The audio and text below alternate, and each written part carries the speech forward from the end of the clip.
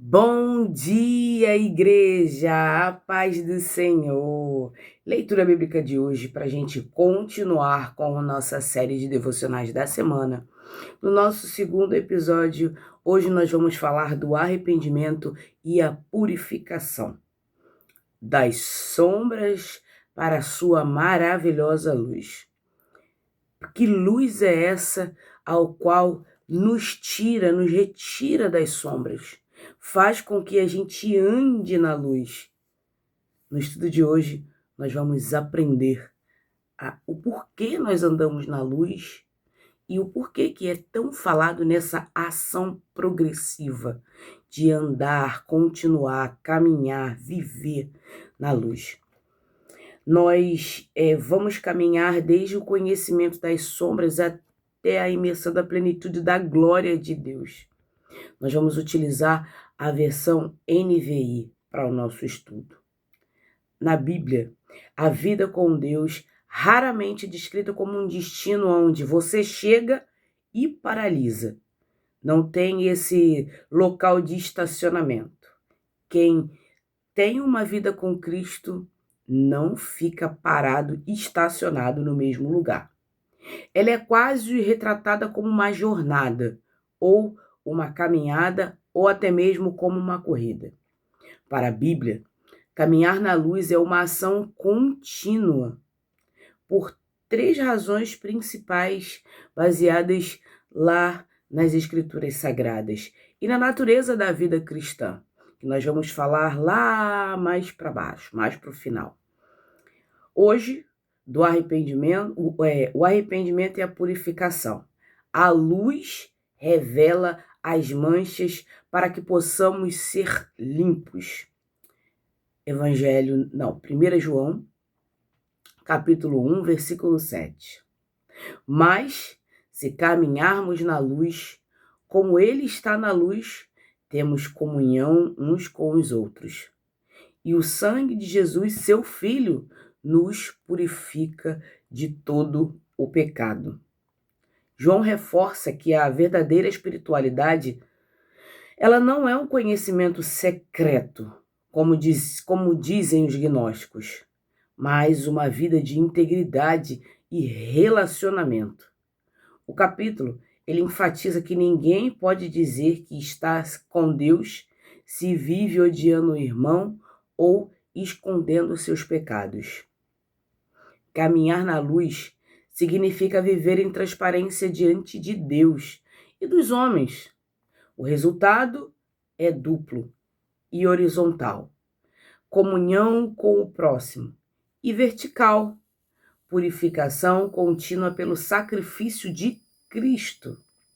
O verbo purifica está no presente, no agora, no contínuo, indicando uma ação constante. Ou seja, quando eu me torno uma pessoa cristã, que eu entrego a minha vida para Jesus, não tem como a gente viver da mesma forma como a gente vivia no mundo.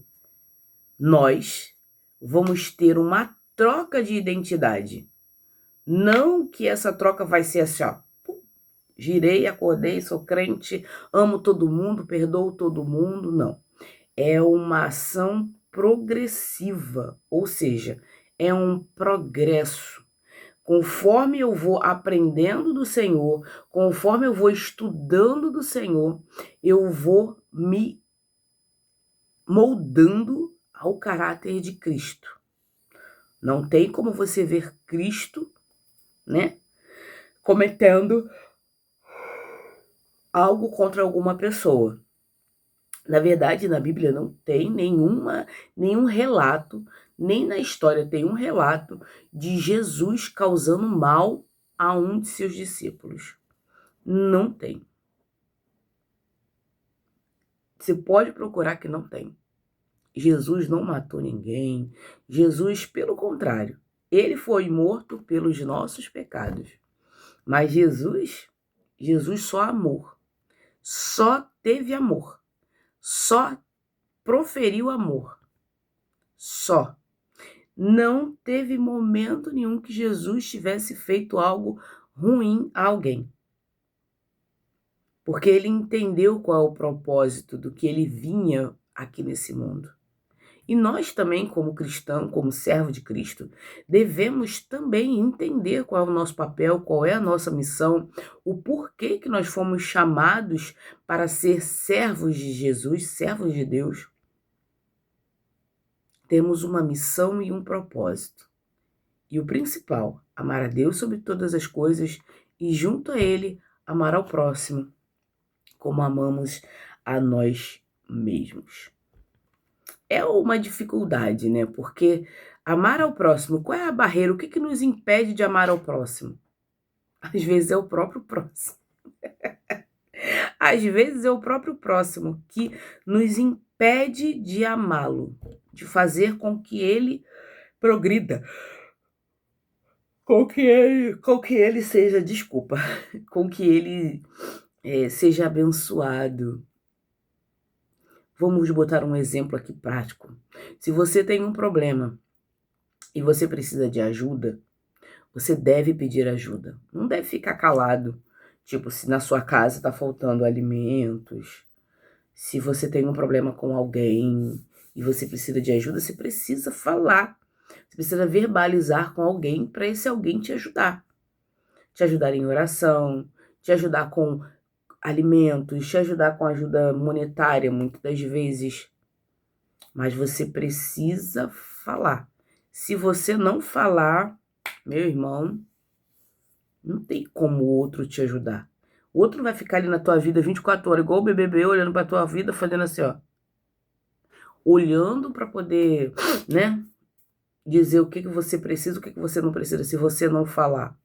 A gente precisa falar, a gente precisa externar, verbalizar, para que o outro possa nos ajudar. E não pense que o outro tá te ajudando porque ele é melhor, não. Ele tá te ajudando porque Deus também quer que ele te ajude. Não é uma ajuda a você, às vezes é uma lição para outra pessoa. A outra pessoa, às vezes, está aprendendo a se desprender dos seus bens, está aprendendo a ajudar ao próximo, está aprendendo a amar ao próximo. Então, Deus, quando abençoa alguém financeiramente para ajudar a outras pessoas, não é para te diminuir ou te menosprezar. Não, mas às vezes é para o outro aprender a lição da generosidade. Às vezes, não é sempre. E na vida, nós precisamos, hoje você precisa, amanhã você vai estar ajudando. Entende? A lógica de Deus, ela funciona dessa forma, umas ajudando os outros. Às vezes você não vai ajudar a mesma pessoa que te ajudou, mas você vai ajudar outro. Com uma palavra, com um abraço, com um sorriso, com dinheiro, com cesta básica.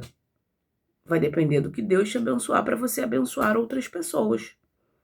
Na vida podemos abençoar a muitos. Seja com um sorriso, seja com um abraço, seja diversas formas. Monetariamente também. Não tente ser perfeito hoje. Tente ser transparente. Se você errar, confesse logo. A luz de Deus, ela não serve para expor ao ridículo, mas para nos limpar. A verdadeira amizade cristã floresce quando paramos de usar máscaras. Meu irmão, eu preciso de você. Me ajuda. Esteja orando por mim. Eu pequei aqui, ó. Pequei aqui, eu preciso de ajuda em oração aqui, ó. Aqui é meu calcanhar de Aquiles. Se você não tiver um irmão para você confessar o seu pecado, o problema não está no irmão, está em você. Precisamos ter uma pessoa de nossa confiança. E Deus coloca pessoas de nossa confiança. O nosso Barnabé. Deus coloca Barnabés na nossa vida. Pessoas de nossa confiança que vão nos ajudar, que vão nos introduzir, que vão estar orando pela nossa vida, nos ajudando. Deus coloca. Eu tenho vários Barnabés na minha vida. Na congregação que eu fazia parte, nessa congregação que eu estou agora, eu tenho vários Barnabés que cuidam de mim em oração, que cuidam de mim em palavras de ânimo, que cuidam de mim em oração, cuidam de mim de diversas formas. E se eu precisar, eu chego lá, ó, meu irmão, me ajuda, grito mesmo, me ajuda, Giovana, Fabiola, olha só. Chamo mesmo, chamo, porque se eu estiver precisando, eu chamo, eu não tenho vergonha de pedir socorro. Mamãe dizia, vergonha é você roubar e não poder carregar. Pedir não é vergonha. Então, se você tiver a necessidade de alguma coisa, minha filha, peça. Peça, comunique-se, aprenda a se comunicar. No meu trabalho é a mesma coisa. Eu chego, vou lá e falo com o meu colega de trabalho. Júlio, me ajuda, pelo amor de Deus. Elaine, me ajuda, pelo amor de Deus. Estou precisando de ajuda. Me ajuda aqui, olha isso aqui, vê se isso aqui tá bom. Me ajuda aqui, vê se me ajuda aqui. O que eu faço aqui? O que eu ajo dessa forma? O que eu faço aqui? A gente depende um dos outros. Foi para isso que Deus nos construiu em comunidade. Senão eles teriam criado só Adão e Eva e tá tudo bem. Acabou ali, acabou, Adão e Eva, acabou. Pecou, acabou.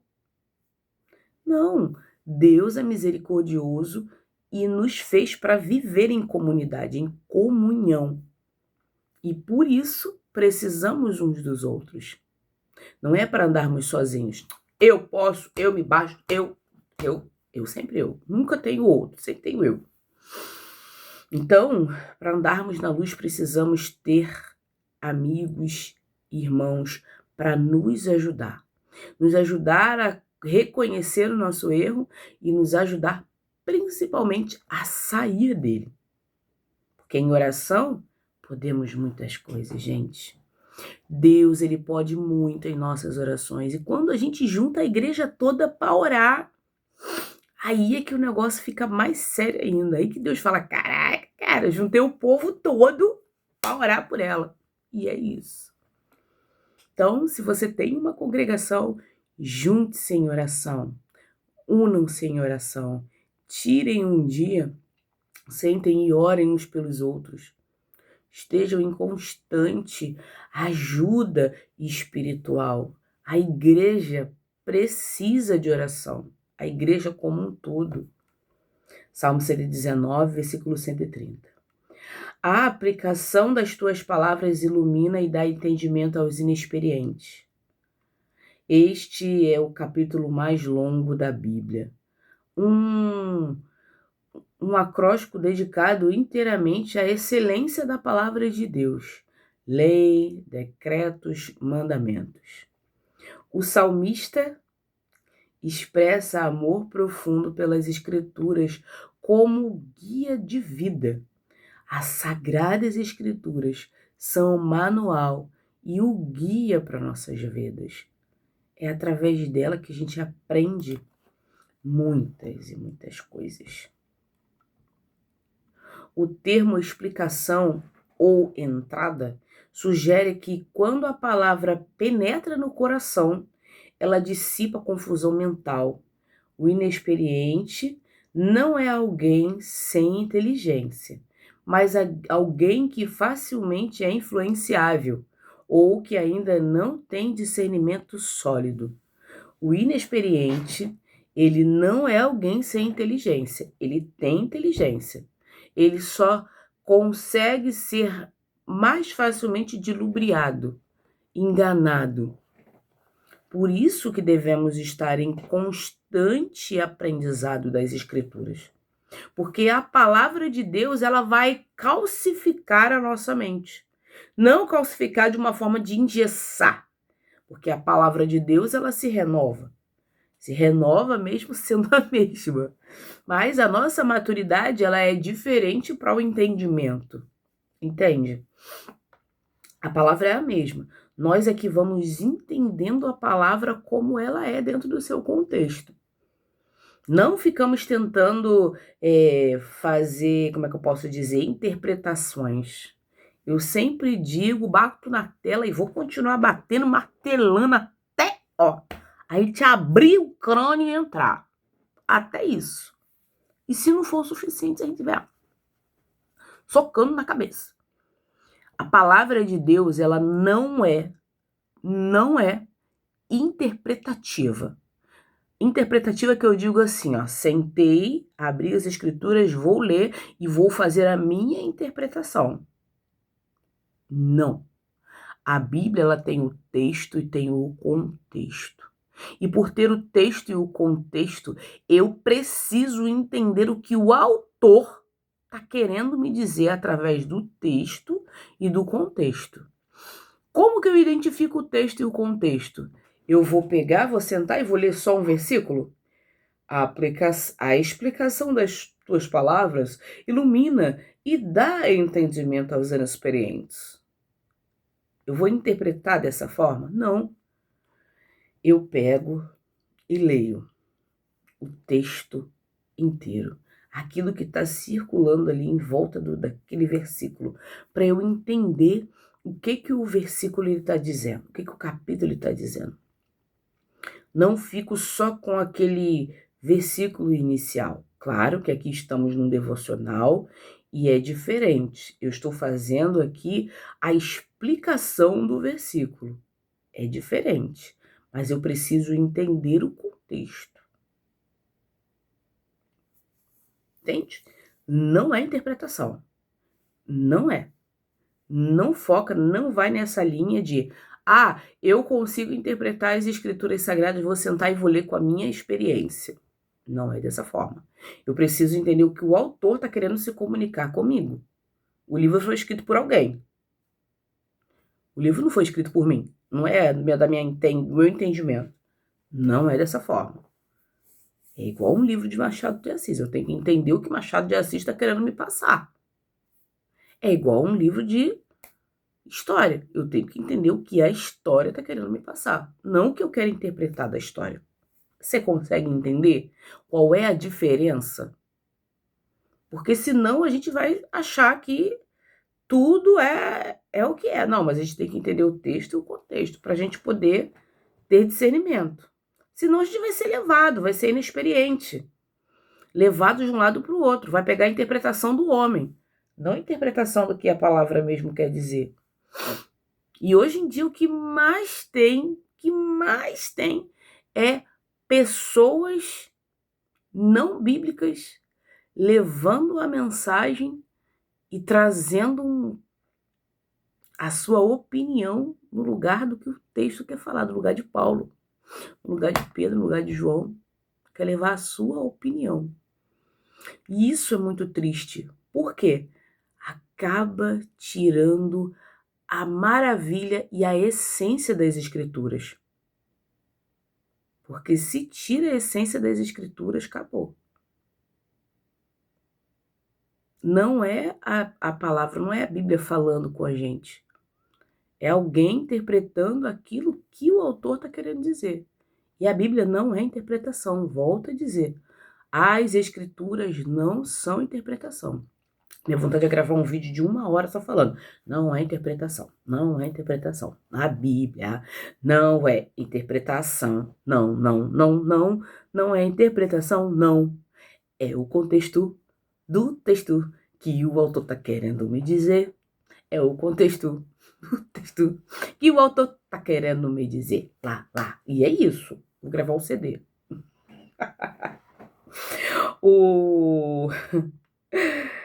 Mas alguém que pode facilmente ser dilubriado, enganado. Então mantenha-se firme no que as escrituras te dizem, não no que o pastor está querendo dizer. Entenda por você o contexto. Mas Natália, eu não posso sair debaixo da autoridade, da autonomia do meu pastor. Meu pastor é um homem santo, um homem ungido. Deus fala com ele todos os dias. Deus fala com você também. Vaso quebrado, rachado. Jesus fala com você também. Mas você precisa buscá-lo. Jesus quer falar contigo. Jesus está falando aqui hoje para muitas pessoas que precisam ouvir isso. Jesus fala com você exclusivo. Porque o nosso mediador entre Deus e o homem é Cristo Jesus. Não tem pastor, não tem irmãozinho, não tem Natália, não tem ninguém. o mediador, quem pode falar com Deus por você é Cristo Jesus. Então você tem o contexto de falar com ele livremente, abertamente. A partir do momento que você se batizou, você tem autonomia para falar com Jesus.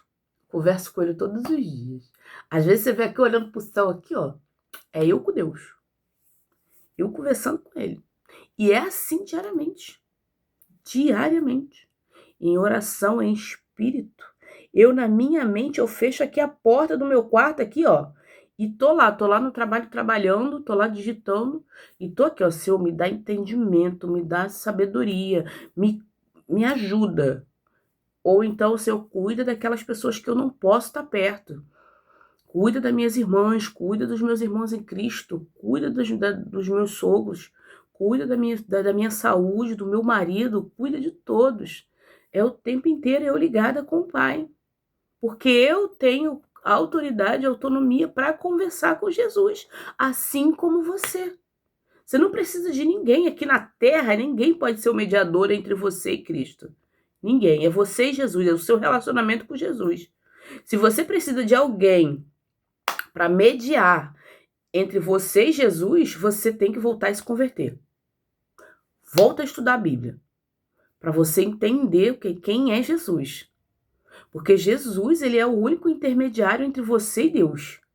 É ele. Foi ele que morreu na cruz, foi ele que sacrificou por você. Não foi pastor, não foi irmãozinho, não foi a Natália. Não foi. De forma nenhuma. Você tem um mediador e por ter um mediador, é ele que te ajuda a falar com Deus. É ele que opera milagres. Não eu, não o pastor. E é isso. Ou você aprende, ou então vai ficar tomando na cabeça. Vai ficar seguindo dogmas de homens que não tem nada a acrescentar. Antes de ler uma notícia, um e-mail difícil ou tomar uma decisão no trabalho, abra a Bíblia. Peça que a palavra ilumine a sua mente. Ela simplifica o que o mundo tenta complicar, dando a você uma sabedoria que livros técnicos não oferecem. Por isso é que eu falo, acabei de falar aqui, o nosso contato com Cristo é todo dia, toda hora, todo momento. Eu oro a todo momento, eu oro aqui antes de começar, eu oro no final, eu oro para tomar café, eu oro para sair, eu oro quando eu chego no meu trabalho, eu oro no trajeto do meu trabalho, eu oro no trabalho, oro também quando tem alguma situação difícil. Eu peço a Deus sabedoria, peço a Deus discernimento, peço a Ele para Ele me ajudar, me aconselhar, trazer pessoas que vão me ajudar, colocar pessoas ao meu redor que vão me ajudar certeiramente. Não pessoa que fica só ali, ó, igual carne morta, que fica ali, todo mundo ali querendo ver o que aconteceu. Não preciso disso, de curioso. Preciso de pessoas que vão estar do meu lado, vão segurar na minha mão e falar assim, vem aqui comigo, eu tô com você, vambora. E é isso. Porque eu sou dessa forma. Se você precisar de mim, eu vou revirar o mundo para poder te ajudar. Se eu não puder te ajudar, eu acho alguém que vai te ajudar. E é isso. Provérbios 4:18. A vereda do justo é como a luz da alvorada, que brilha cada vez mais, até a plena luz do dia. Ou seja, mesmo que andemos na escuridão, a luz de Deus, a luz de Cristo Jesus, ilumina a nossa caminhada. Não andamos mais nas trevas. Andamos com uma luz maravilhosa que guia os nossos passos. Não andamos mais no escuro. A luz de Cristo aqui ilumina nosso caminho. É essa luz que vai direcionar, vai para a esquerda, vai para a direita, pula a pedra. É isso. Um pai, Salomão, instruindo seus filhos sobre a importância de escolher o caminho da sabedoria ao invés do caminho dos ímpios. Ele descreve a vida como uma jornada ou como uma estrada. A vida cristã é apresentada como progressiva. A luz da alvorada começa fraca, mas é imparável. O justo não é aquele que chega à perfeição, mas aquele que está no caminho certo. O destino final é a plena luz, a maturidade total em Deus. É a nossa vida com Deus. Nossa jornada, a gente começa com uma luz pequenininha. Quando a gente se converte, é uma luz pequenininha assim, ó, bem pequenininha, que a gente enxerga pouquinho. Aí a luz vai aumentando. Conforme a gente vai estudando, a luz vai aumentando, vai aumentando, vai aumentando. O clarão vai só aparecendo até a gente enxergar plenamente. Enxergar nossos erros, enxergar nossos pecados e ter a humildade de chegar e dizer: caramba, como eu sou pecador, como eu sou pecadora, como eu preciso de Jesus. Você reconhecer que você precisa da luz de Deus, da luz de Cristo. Não desanime se você sente que seu crescimento espiritual ele está lento. O importante não é a velocidade, mas a direção. Celebre as pequenas vitórias de hoje. Um pensamento vencido, uma palavra gentil. Elas são sinais que o brilho está aumentando na sua vida. Nossa vida, ela tem sinais, nos mostra em pequenas doses homeopáticas de mudança. Um pensamento ruim que a gente consegue vencer. Eu tenho muitos. É batalha em cima de batalha, luta em cima de luta. Às vezes eu penso assim, meu Deus, eu não vou conseguir vencer. Mas um dia vem a tempestade e no outro dia vem o dia de sol. Lindo, brilhante, com as promessas e a vontade de Deus. Atos 26, 18. Para abrir-lhe os olhos e convencê-los das trevas para a luz, e do poder do Satanás para Deus, a fim que recebam o perdão dos pecados, a herança entre os que são santificados pela fé em mim. Paulo está fazendo sua defesa perante o rei Agripa. Ele relata sua conversão na estrada de Damasco, a missão específica que recebeu do próprio Jesus ressurreto. Este versículo resume a missão do Evangelho. Converter-se não é apenas mudar de religião, é uma mudança de jurisdição espiritual. Sair das trevas, ser retirado das trevas. Sair do domínio da cegueira e da escravidão espiritual para entrar no reino de Deus, onde há herança e perdão. É fantástico. A velha Natália, eu não quero voltar para ser ela, não. Às vezes a velha Natália fica aqui, ó, me agredindo. Deixa eu sair, eu resolvo isso rapidinho. Deixa eu sair que eu resolvo isso rapidinho. Eu resolvo isso rapidinho, deixa eu sair. Isso aí, ó, não é problema para mim. Isso aí é a velha Natália. Fico o tempo inteiro ali, ó, martelando dentro de mim, querendo sair, querendo fazer loucura. Mas a nova Natália, ela vence.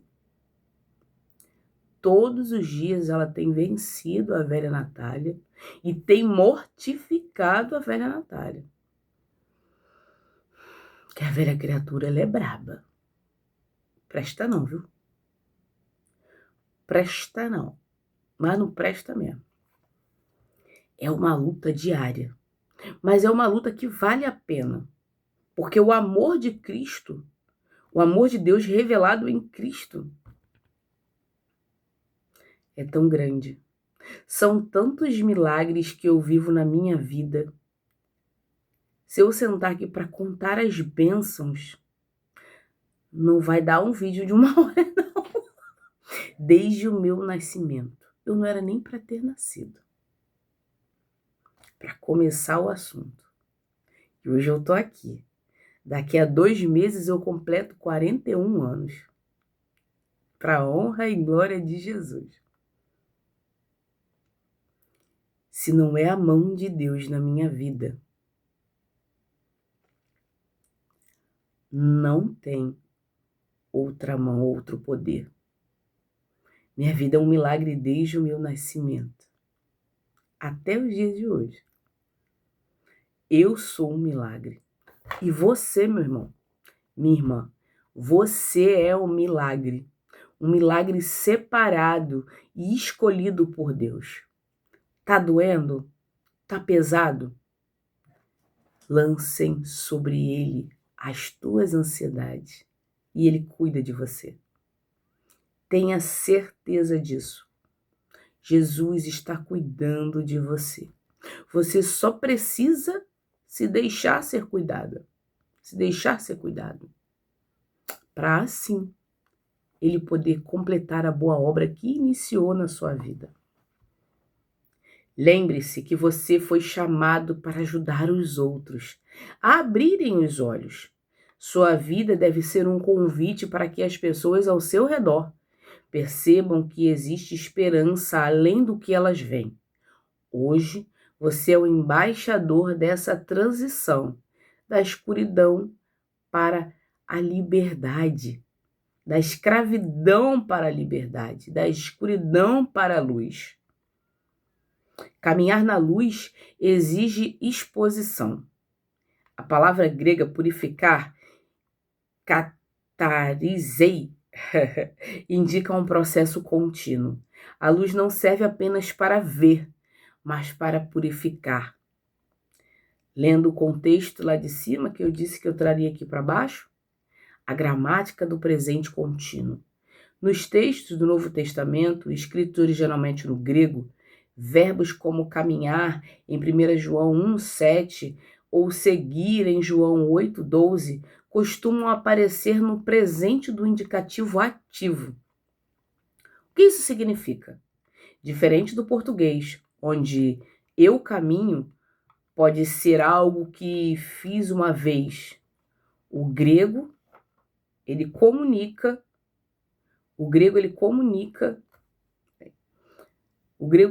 uma ação linear e ininterrupta, sem interrupção. É diário. A tradução literal seria: se estivéssemos continuamente caminhando na luz, ou aquele que me segue constantemente, ou seja, é algo que é contínuo, não para. Quem segue a Jesus Cristo segue para a eternidade. Quem combate o bom combate, combate até o fim. A luz como orientação, não apenas como iluminação. A luz na Bíblia não serve apenas para ver cenário, mas para mostrar o próximo passo. Salmo 119, versículo 105 diz: a tua palavra é lâmpada para os meus pés. Uma lâmpada de pés no mundo antigo iluminava apenas cerca de 1 metro à frente. A lógica: para continuar vendo o caminho, você precisa continuar se movendo. Se você para de caminhar, a luz para de revelar o novo trecho na estrada. A revelação de Deus é proporcional à nossa obediência em avanço. Vamos pegar aqui que ele pegou a lâmpada para os pés. Eu vou pegar aqui um carro. Um carro, ele tem os faróis. E se você continua andando, o farol vai iluminando conforme você vai andando. Se o carro para, só fica ali iluminando aquele trecho. Por isso, a nossa jornada, a nossa caminhada com Deus, com Cristo Jesus, ela é uma jornada de seguir, de continuar, de permanecer. E assim, a luz de Cristo, ela vai revelando, ela vai mostrando a nossa natureza, para o que nós fomos chamados, para o que nós temos que modificar, o que precisamos mudar em nossa vida. A Bíblia do relacionamento, comunhão. A Bíblia define a caminhada na luz como um relacionamento de comunhão, koinonia. Um relacionamento vivo nunca é estático. Assim como você não termina de ser amigo de alguém ou termina seu casamento enquanto está vivo, você não termina de caminhar com Deus. Continuidade é segurança. O mundo é descrito biblicamente como um lugar onde as trevas, caos, tentação, erros estão sempre presentes. A única maneira de não ser engolido pela escuridão é permanecer conectado à fonte de luz, essa forma de fonte ininterrupta. Aqui como exemplo Como vimos em Provérbios 4:18, a luz é comparada ao sol nascente. O sol não dá um pulo da meia-noite para o meio-dia. Ele brilha cada vez mais e vem iluminando e ele fica o dia inteiro iluminando. Se a luz é progressiva, a caminhada precisa ser contínua para acompanhar o brilho que aumenta. Isso tira de nós o peso de saber tudo agora. Não preciso saber tudo agora. E coloca o foco na fidelidade de hoje. Caminhar na luz continuamente significa que a decisão que você tomou de seguir a Deus ontem precisa ser renovada hoje de manhã. Ontem eu li as Escrituras, hoje eu preciso ler as Escrituras. Amanhã eu também preciso. E depois. E até o final da nossa jornada, da nossa caminhada. A purificação mencionada em 1 João 7 acontece enquanto caminhamos. Se paramos, acumulamos a poeira do caminho. Essa ideia de progresso contínuo traz alívio, por não precisar ser perfeita de imediato, ou te desafia pela necessidade da constância. Aqui, essa poeira eu sempre digo, eu não posso parar não, se eu parar dá dengue. Já sou cheia de pneu, se parar dá dengue. E é assim, se a gente parar, estraga. É como como é que eu posso dizer? Uma fruta. Uma fruta, ela precisa ser consumida. Assim é a palavra de Deus. Ela também precisa ser consumida, administrada. Para quê? Para que eu não apodreça. Entende? Para que a fruta não perca o seu valor, não perca a sua doçura.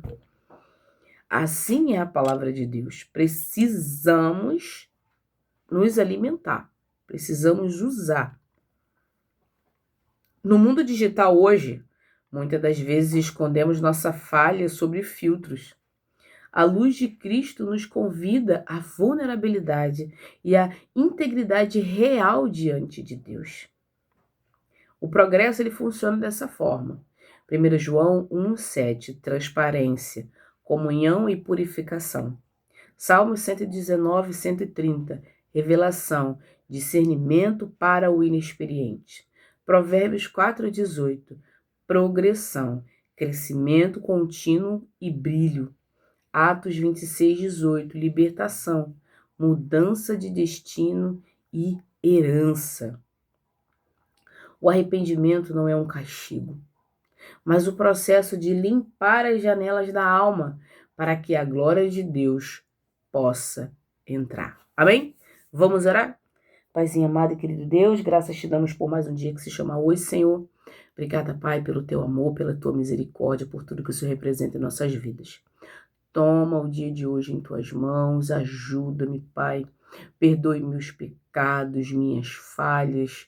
Precisamos do Senhor. Precisamos da tua misericórdia e principalmente, Pai, precisamos da tua luz.